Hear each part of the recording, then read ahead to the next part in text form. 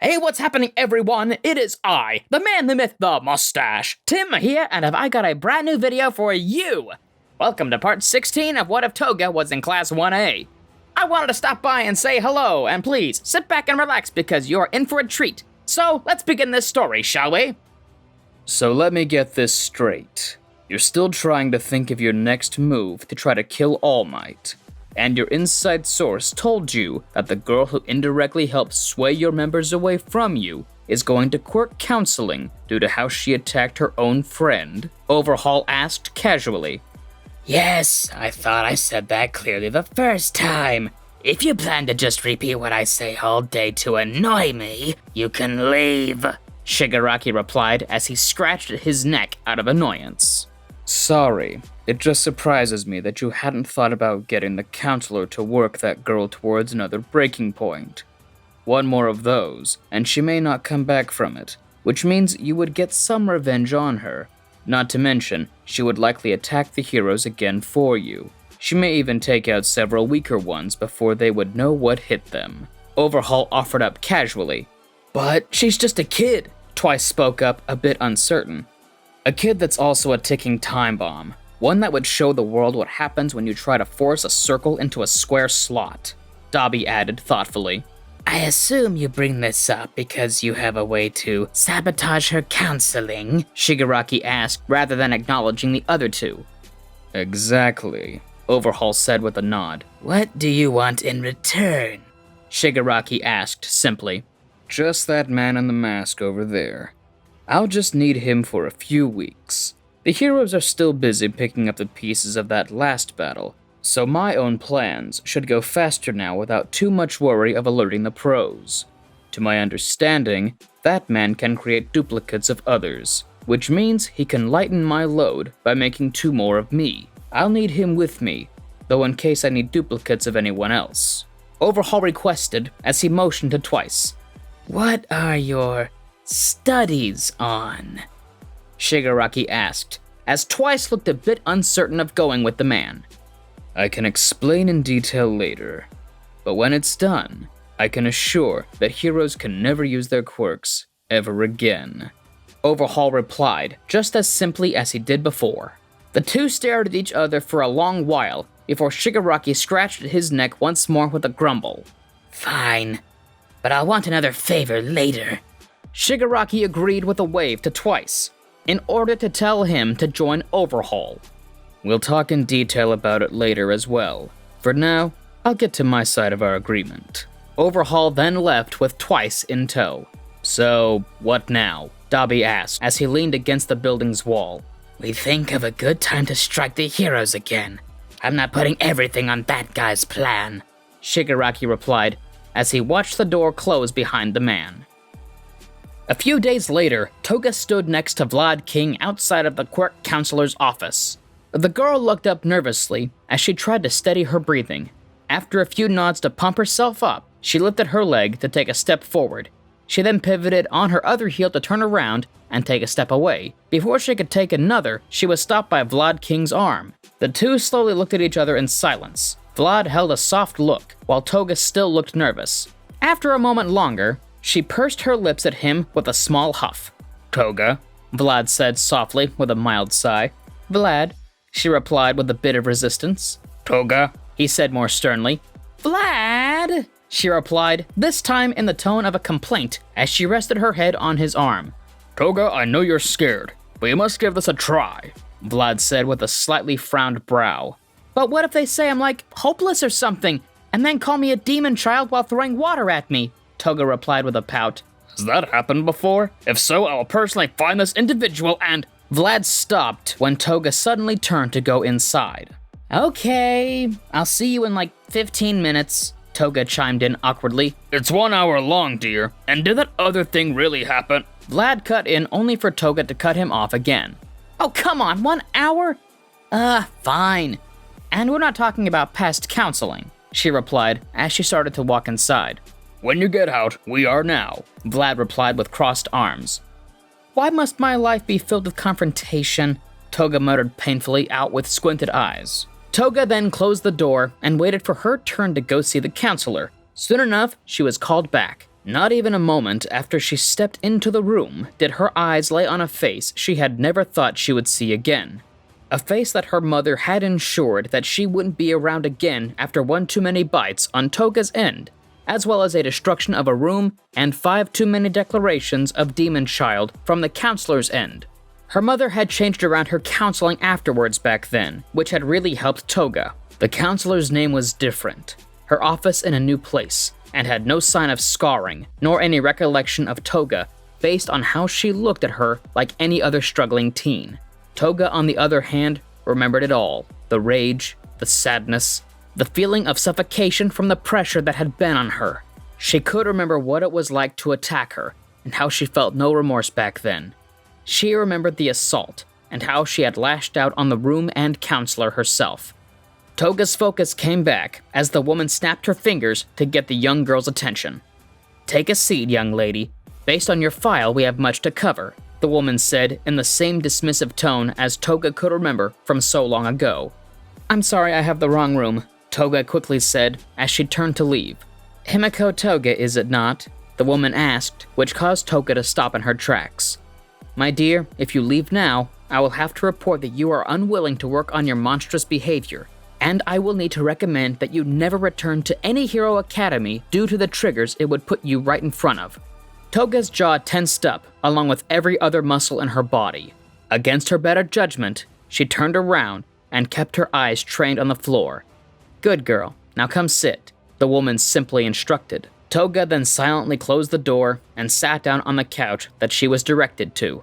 Her arms trembled as she reached over to the armrest to help her guide herself down to sit. The woman then proceeded to go over exactly everything Toga had done in the forest. Tears filled Toga's eyes as it was all rehashed out to her in incredible detail. Then the counselor went into what Toga had done with the blood bottle. Toga's eyes grew wider as she wondered how she could know about that. Her confusion and shock only grew as she then went into what Toga had done to her first counselor. She went into detail about all the feelings she had that day as well. Toga then slowly looked up just in time to see herself where the counselor once stood. It had a distorted face with a twisted smile. It then shot towards her with a single blink of an eye. It pinned her to the couch and held a knife to her throat. It began to shout, still in the woman's voice, every twisted thought Toga had ever had. Tears of guilt and fear flowed down Toga's cheeks as she looked up to the thing. "You'll never make it up to any of them! And you know why? Because you are a demon child! A killer! A murderer!" It screeched out.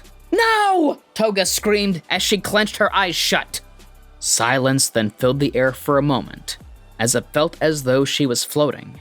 By the time she opened her eyes, she was still sitting on the couch normally, with the distorted version of her missing. She looked about the room, coated in sweat, with her heart racing. Her eyes laid on a man with a soft and warm smile, who held the door open to the room. "That's all, kiddo. Your time's up," he said with a chuckle. What? Toga asked, confused. "The session is over, hun. You did wonderfully. I wasn't expecting you to be so open, but your remorse is a wonderful sign. It means you show promise to grow from your past mistakes. That and to be able to coexist with others like anyone else," he said, almost proudly of her. "I see," she said in a shaky tone. She got up with weak legs and made her way out of the room. "See you next week," he said happily before he shut the door behind her. Toga tried to figure out what exactly happened, but couldn't figure it out. Each time she looked at the clock, it showed she had been in there for an hour, despite how short it felt.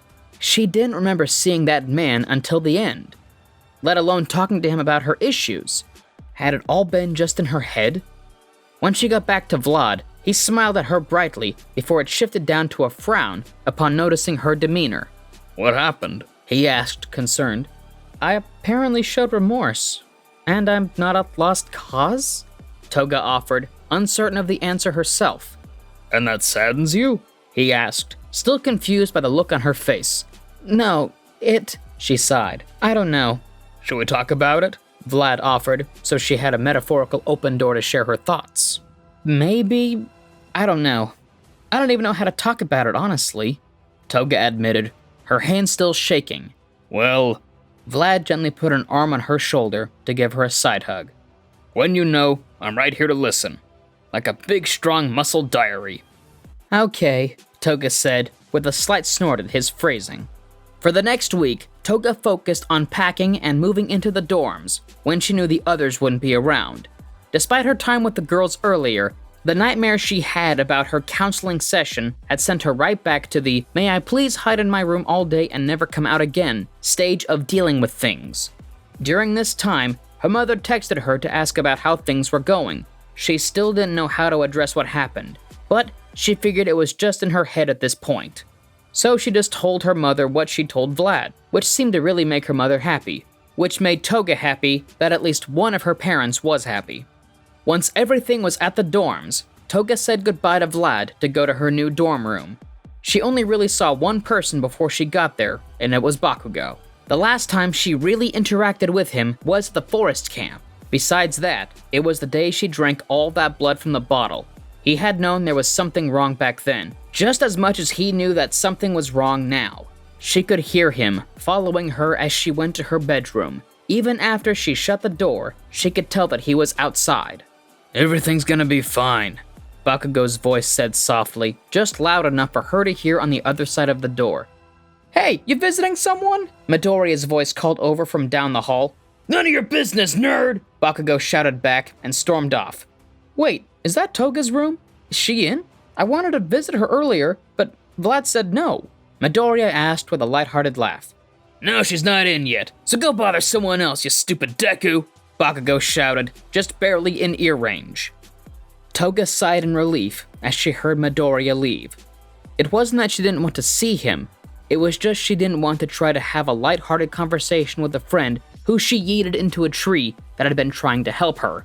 So instead, she just put on her pajamas and let down her hair before she crawled into bed to resume sulking. This lasted for a few hours, until a large party of people started to laugh as they went door to door to seemingly comment on rooms. It sounded like fun too, until Toga realized she didn't lock her door out of habit. Soon the door opened, and like a child who was almost caught by their parents when staying up too late, Toga kept her back to the door as she clutched one of the thousands of stuffed animals littered around her room. "Wow, those are a lot of stuffed animals," Mina muttered. "Good thing Mineta transferred out. He'd likely have a weird comment to that," Kaminari replied back.